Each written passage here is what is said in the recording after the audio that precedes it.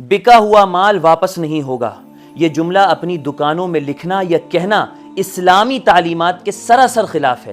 ایک نظر ان صاحب کو بھی دیکھیے۔ پھٹا ہوا جوتا ہی آپ پھٹا ہوا جوتا دکھا رہے ہو، پھٹا ہوا جوتا دے رہے ہو 1200 روپے میں، اور اس کے بعد کہہ رہے ہو کہ پیسے ریٹرن نہیں ہوگے۔ یہ کوئی کٹا ہوا آپ کی دکان میں یہ 5 روپے کے فری اس سے ابھی چپکا دوں گا میں۔ اس کا سیم پیس آپ کے پاس کے ہیں؟ پیسے آنے کے بعد ریٹرن کی کوئی پالیسی نہیں ہے، اور بھائی صاحب کے سامنے ہی بھائی صاحب یہ دکان تمہاری دکان سے باہر گیا، جوتا باہر سے گیا دکان سے؟ ہار نہیں کیا، پیسے آ چکے ہیں، اس کے مال بک چکا ہے۔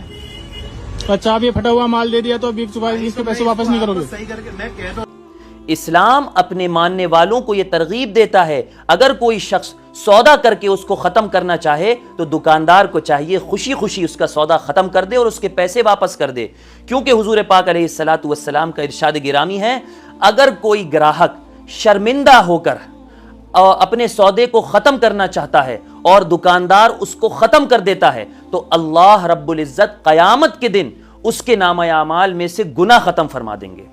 لیکن بڑے افسوس کے ساتھ یہ بات کہنی پڑتی ہے کہ آج مسلمان بحیثیت تاجر سب سے زیادہ بد اخلاق ہیں۔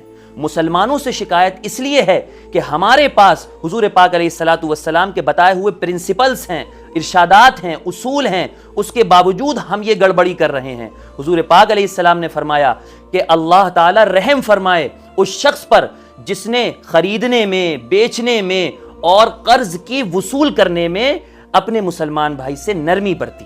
اللہ عمل کی توفیق عطا فرمائے۔